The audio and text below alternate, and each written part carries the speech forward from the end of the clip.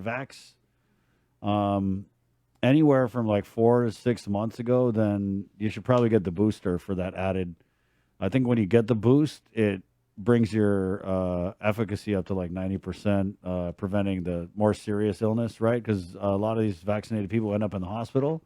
What we're hearing is that they're already on the tail end of their the juice that their vaccine has, right? So um, there isn't really a booster campaign. I mean, this is it. Go get your booster shot, guys. So yeah, I would just say that if we're going to open things up, make sure you're protected. Protect yourself because we've seen this time and time again where we open things up.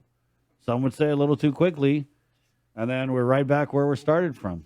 And that's exactly what happened with this last surge that we're now. I mean, thank God, really. I mean, the cost of lives, it was just tragic. 713. We talk about lifting restrictions, though.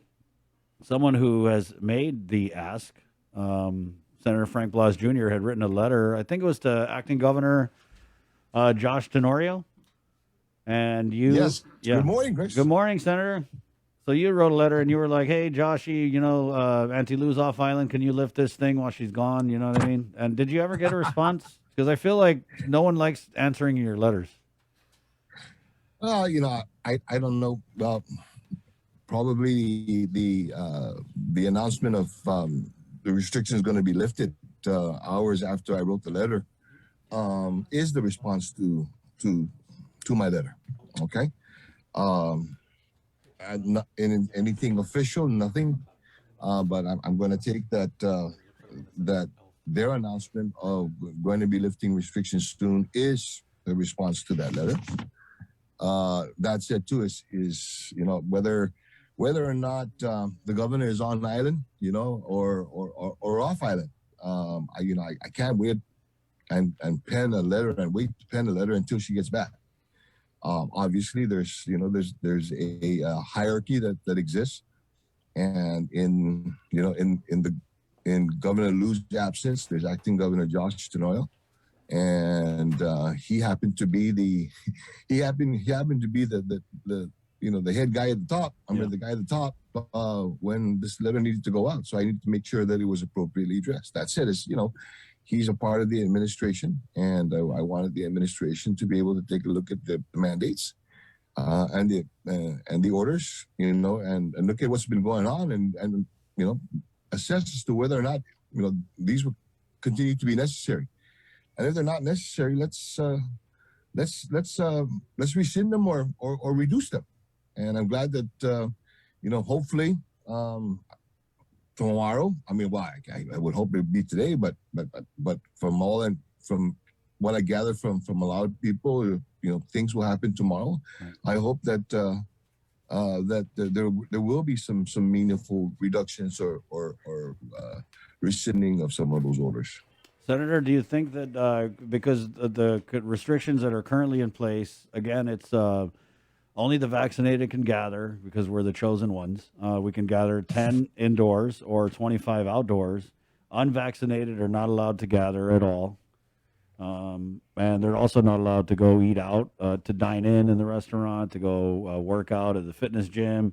Can't go to the dance studio, yada, yada, yada, right? So do you think that those restrictions were effective at all during this surge? Because they were in place for quite a while. And I think it was at the time that it was put in place. Again, I'm not going to argue, and I'm not going to armchair quarterback, things that had to occur in a situation where it was emergent. My concern here is, okay, does it continue to be an emergency that you're going to have to that these mandates have to continue to exist, or that these mandates have to be that they have to be in place? Yeah.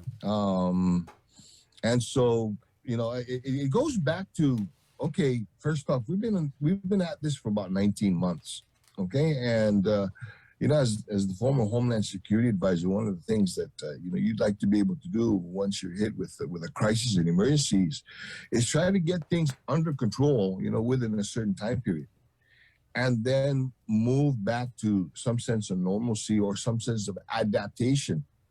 As you're beginning to recover and as you get through this. All right, and after 19 months, um, the state of emergency that we continue to be under, there are things that can be done with the powers that the office of the governor has, or the governor has, that really doesn't need to be under the state of emergency. Okay. And there are some things that, as a result of the state of emergency, as a legislator, I don't have the ability to be to question, or to say, yay or nay, or to agree, or to say, hey, how can what more can we do to help? Or governor, we're going to help you. We'd like to be able to help you in this side. Nothing takes away from the powers that she has to be able to protect it. But sometimes those powers, I feel some of those powers have gone a little bit too far. Oh, you don't say. Would you be talking about like, are you talking about maybe like emergency procurement, sole source procurement, that kind of thing, maybe? Yeah, yeah, it's things like that. Okay, you're right. The emergency procurements. And unfortunately, some of those things continue to happen. For what reason? Okay, you want emergency procurement because you need to procure something right now because the situation occurred right now. But we're procuring for things that have been occurring over the last few months, and you could have used the regular procurement cycle or process to be able to obtain some of these things. Yeah, look at this, Okay. and that's what I wanted to ask you about. Was this? Did you ever get a response from? Hold on. To your letter to the AG. I remember we had talked about this, and then he had come on. And he said, "Yeah, his office had been in contact with you." But can you kind of bring us up to speed on? Because I know you wrote a letter to the Attorney General, and you were basically like, "Hey, did you see that audit that BJ Cruz did? And there's a lot of red flags in there. Are you going to do anything about it?" And No, well, I tell you, I've had discussions with BJ Cruz himself. On not just on the letter, on what he had done with the audit, and also my query and my request to the AGs, and after I guess BJ, he forwarded me the link to your story initially, with a little quip in the bottom says like, I think you made him mad, and I think I didn't write the audit, you did, okay. And so that's the way around answer to I haven't received any information yet. okay. What about? No. Have you heard, Senator, anything about the consolidated quarantine isolation facility? Because we haven't heard anything new. I haven't heard anything, and I think that again it goes back to some of these restrictions, mandates, orders, directives that we got to take a look at. I want to give them the opportunity to be able to do this, in this because I tell you, I'm not going to hold back any secrets here. There's the ability to be able, and hopefully been able to convince enough of my colleague that there are measures that currently exist, within, the agenda, the documents that we have that will allow us, with provided the number of votes, to stop this. To put an end to this, and then to provide, and to if the governor would like to continue, here's the process that you're gonna need to continue this. But till that time, here's an opportunity, Governor. And then Lieutenant Governor. Let's have that discussion, or let's, in your own court, let's move on some of these things so that we don't have to take those actions. Right.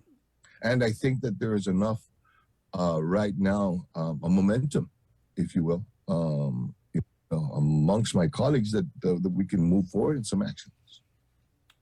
So there's the procurement of the combined isolation quarantine facility, and then there's also the emergency procurement for um, the financial management system, which we're going on a year of this being under Mhm. an emergency procurement, and that's kind of Well, exactly what you're talking about, I right? think I think that financial management system, once it was brought up and everything, if I remember correctly, first off, Edward Burns says, okay, at that point in time we had that authority, but if you look at the orders, the executive orders, they know it, and there's none of the executive orders since then continue to provide that authority to be able to purchase that under that under that process. Mm. Okay, as a matter of fact, it was rescinded, so that they're gonna have to go back to the regular procurement process on that. Wow, that's interesting. I had another question here. I don't know if you saw this story by KUAM News, um, the steps story. And this is relative to above step recruitment that was happening at Mm-hmm. the Guam Memorial Hospital. I know you know, Senator, that above step recruitment is it's meant to recruit hard to fill positions, and I'm thinking in my mind mostly like a pathologist or like a child brain surgeon or a medical or a cannabis computer system operator, something that we don't have a lot of here on Guam, something that's hard to attract. And so the idea behind this is you would say, hey, there's this really badass doctor, but he's making this much over there. So can we recruit him above step and give him whatever 15 grand more? And they'll say, wow, we really need that child neurosurgeon. There's a lot of kids that need brain surgery here. So yeah, let's do it. Let's pull the trigger on that. And then, it's a happy ending. But apparently, we're looking at these documents and some of the other above step recruitments that we've seen over the last couple years. It almost looks like they recruited above step to put existing employees kind of in these new positions. And we're talking about not just one step, Senator. We're talking about they will try and recruit above step from a step 1 to, in some cases, we saw like a step 18. So that's 17 steps. You don't even need an elevator if you're going to jump that many steps. You know what I mean? We should send these people to the Olympics for long jump because they're jumping all kinds of steps. And it's unfair to the hardworking classified workers, right? Who don't have the opportunity to apply for these jobs, who don't have the opportunity to jump, 18 steps in any given, in any given anything. So, what are your thoughts on that? And do you think that this system is being abused? Well, again, it goes back to the state of emergency and the ability to be able to forego or to put processes, normal processes aside, for the purpose of, in some cases, hiring, procuring, and otherwise. And but then also, if you can recall, the conversations previous to the budget discussions was the need for funding to be able to bring in the nurses and those medical specialists on board, and then to provide the nurses their basically a pay raise, and there was a full blown discussion on first off, why is it necessary, and then more so is, okay, where's the money? Okay, how are we going to be able to accomplish this? um I you know I thought, first of all, you're right. Okay, we need to be able to fill these these medical positions, these nurses and these medical professionals. Yeah, you're right. We're going to need to be able to, so that we can retain the you know the expertise that Yeah. we have, and provide these nurses, this raise, if you will, and then turn around and see, wait a minute, but now we're hiring at above step in non-medical, obviously administrative, clerical, or operational. Nothing that was discussed as a necessity, a need, a few months ago, and now we're doing it in this fashion, and now this is being done. I understand the need to be able to run in operations, okay, but again, it goes back for me. One of the things is, early on in this legislature, I introduced a bill that would restrict the hiring of personnel to just those positions that are necessary to get us out of state of emergency. If when you're in a state of emergency, once the state of emergency is lifted, then you can go back to the normal hiring process. But in a state of emergency, this is all that we can hire for good cause. You want all the money that you've got to be able to go and deal with this emergency. Obviously,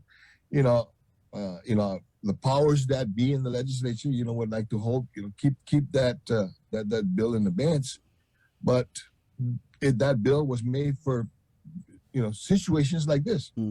What does that got to do with the state of emergency? Let's stop. First, let's focus on what's in front of us. Right now, what's in front of us is this emergency that we're supposed to be continuing to face. In the meantime, if it doesn't exist, then let's get out of this. But while it exists, focus and concentrate on this first.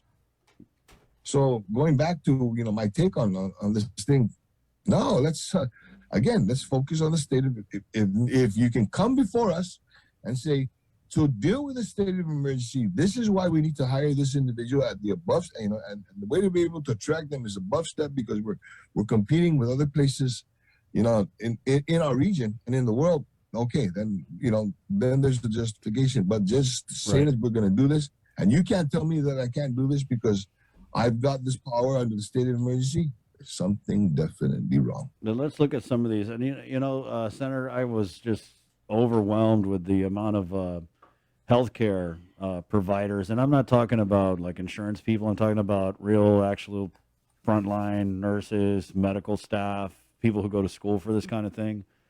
They're just so upset by this. They feel betrayed. They feel overlooked.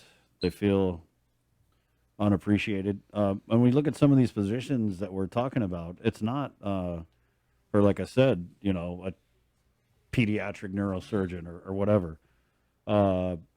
Food and beverage manager, normally starting at a step 1 with a $49,000 salary, but hired at step 10, $68,000. I'm sorry, but F&B manager in the hotel don't even make that much. I know food and beverage managers.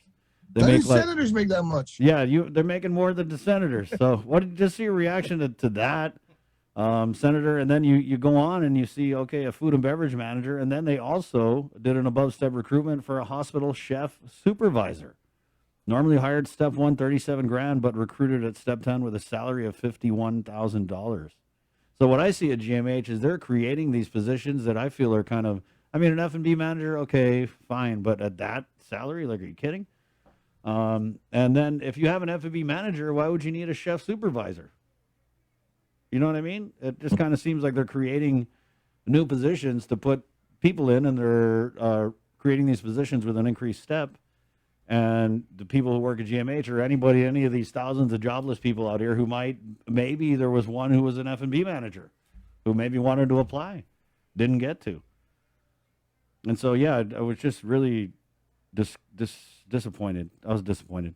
Well, again, for me, one of the first questions is, what has this got to do with the state of emergency that we're in? How is this going to help us get through this? On normal days, absent a state of emergency, that won't be my first question. But that's obviously my first question. This is because, again, let's not lose focus to what you put the rest of the community under. Okay, the community of this island is supposed to be operating under a state of emergency. Businesses are still struggling. They can't bring patrons in unless they've been vaccinated, show proof of vaccination. Therefore, at least 60 to 70% of their revenues is down, has been reduced. People can't find jobs because of the state of emergency. Some have lost their jobs, as a result of mandates because we're under the state of emergency. Yet the government feels they can continue to work as normal,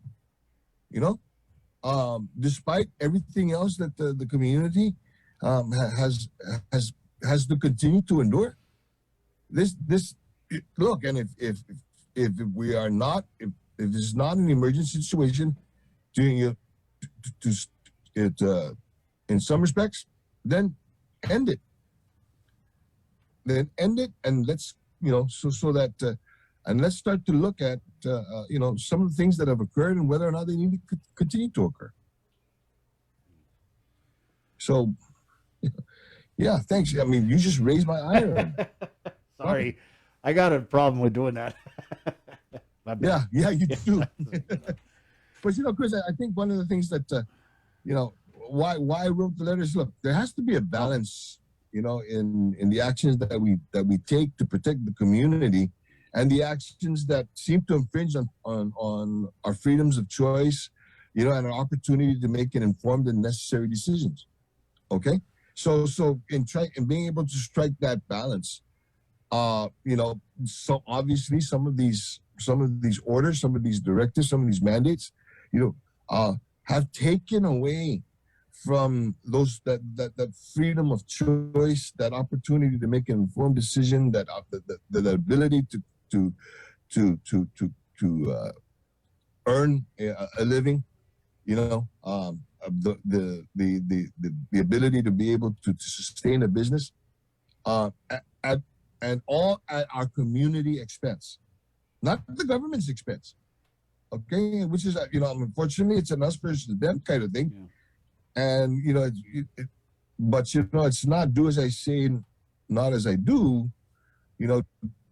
Don't put me on restriction, and then go out and party, minus the attendance restrictions and the social distancing mandate, and put it on social media, and I'm supposed to feel good about it. Well, my nephew can't have a wedding with 50 of his friends because it's 40 too much. Okay, or we can't pay proper respects at a funeral, but yet we can do all these other stuff in the guise of it being a government activity. That's not right. Did you get a look at that ARP expenditure report? And what was your thoughts on that? No, I have not been able to see that yet. Well, you're not missing much. It's very general. Is it general? Or does it look like the same report that they submitted back in May? Can you also talk about Sabrina? Sabrina's on the road. She's asking me. She's got a bunch of the LEAP bill. So I know that your LEAP bill is supposed to. Their hearing for it was supposed to be Tuesday, but it was canceled. What happened? I guess it was in conflict with some other issues that they had. That after my hearing was canceled, they canceled those other things too. That's it. At the end of the day, there's many ways to be able to, for lack of a better term, skin a cat. Okay, there's a vehicle that exists that I can provide, and I can bring forth the arguments presented in my bill, in Bill 216, and see if we can move forward on this. Today, I believe that the bill that I have offered in Bill 216, along with Senators Tony Yada and Chris Duenas, provide the governor with tools necessary to be able to make good on the funding needed by these businesses to continue to stay afloat. It also provides the opportunity for the government to go upwards, of the $50 million that that Bill 214 and the LEAP program has said they're going to be able to provide. Again, all within providing the government the tools to be able to accomplish this. And so I'm not going to fret that it's not going to be heard in time for the next session. I do have the opportunity now to bring the discussion on the floor, in the next session, so that those products and those tools that I presented 216, I can present otherwise. Again, I'm ready for it. What did you make of the governor's trip to New York? And were you kind of, as a a lawmaker, as part of that the appropriating body, were you comfortable with the kind of like the little information we got about the trip? Because it was very cryptic. When they put out a release, they had put something like, "Oh, they quoted the governor and they said that she had said that she would only borrow to build or to decrease debt to the people of Guam." And then the next, and this is all Facebook, there was a post of her at Moody's, and she was saying that she had come before these people a couple years ago and said that she was going to work so hard to eliminate the deficit, which she said she did. And yeah, I mean, it kind of seemed like they were trying to refinance bonds, and there was just I felt like not a lot of information, like which bonds, what are we doing, and so were you satisfied, not satisfied, wanting more answers? I think that thank you for telling us that you're somewhere in the world, as opposed to sometimes people go off and you wonder where they're at. Um, now the details of the trip. I'm sure that uh, when they get back, she's going to have briefings with the rest of the members of her fiscal team and her administration. So that they can prepare a package that can be presented before the legislature. For some of this refinancing or the reductions and whatnot.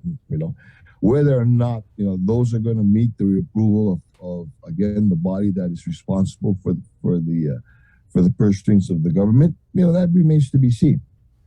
And so, as with any governor who's taking trips, sometimes the information is just enough to be able to wet the lips, but not enough to quench the thirst.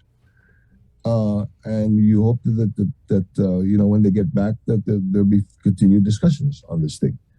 I'm again, it's she, there were discussions earlier in the year about wanting to be able to refinance, for lower interest rates and whatnot. All right, and yes, we had those discussions. We gave governor, please, if you can, to help reduce the amounts that the government has to spend, or the people that want to have to spend on these things, do so. But let's have a discussion on this, and so we're going to wait for the discussion. So. Was it something out of the ordinary or something that I should be shocked at? No. I'll again, giving them due time to be able to report back on some of the good things that could have occurred in that trip. That's fine. All right, last question. Have you found a running mate yet? Have I found a running mate? Why? Are you still? I don't. I first off, I've had to give up on running. My knees have really hurt, and so I don't really need to have somebody run right next to me. So I'm little. Okay. Do you have any? Are you considering a run for Adelube, or what is it the congressman said? Heavily leaning towards at all. Well, I tell you, one of the things is never say never in politics. Okay, and never say never when you have an opportunity that can possibly lay before you. Okay, I think first off, I wouldn't be truthful if I said is there a conversation on running for other positions? Yes, there is. Okay, what those positions are, and when that decision is going to be made. Right now my focus is on the work that I have before me, and I don't want my letter to Josh Tenorio, to be marred by, oh, he did that because he's running for this office. No, I did that because I'm representing the people of Guam. Thank you, Senator. Real quickly, are you planning on attending the oversight hearing today? Which oversight hearing? Isn't it today? The Guam Ancestral Lands Commission related to the return of federal excess land to the government of Guam. Isn't it today? Today's the 18th? Yeah. Oh, it's at 5 p.m. It's with the Guam Ancestral Lands Commission, Department of Labor, Yeah. status of recent. Oh yeah, pending- it's on my schedule. Yeah. Okay. It's on my schedule. Well, but first off, we have a rules meeting at 2:00. Yeah. Yeah. Okay. And if there's anything like the last rules meeting, it may take a look. It may go in a little long. All right. All so- right, But Senator. it's a matter of keeping processes in place. Yeah. I feel bad that a food and beverage manager at the hospital makes more than a senator. I feel isn't bad it? for you. I feel Gosh. bad for you. Doesn't the communications and marketing director also make more? Also, yeah. Yeah. Who doesn't make more than a senator Yeah, at nowadays? this point. I mean, yeah, really. Yeah, nowadays, and then I get blamed for everything else that Yeah. everybody doing. So that's life. That is life. Thank you, Senator. Keep living it. Thank you guys. Right on. All right. Okay, Bye. Senator Frank Blas Jr. We did get some comments in here, guys. Oh, did we ever? Tony comments in. Thank you, by the way, to our Facebook Live audience here.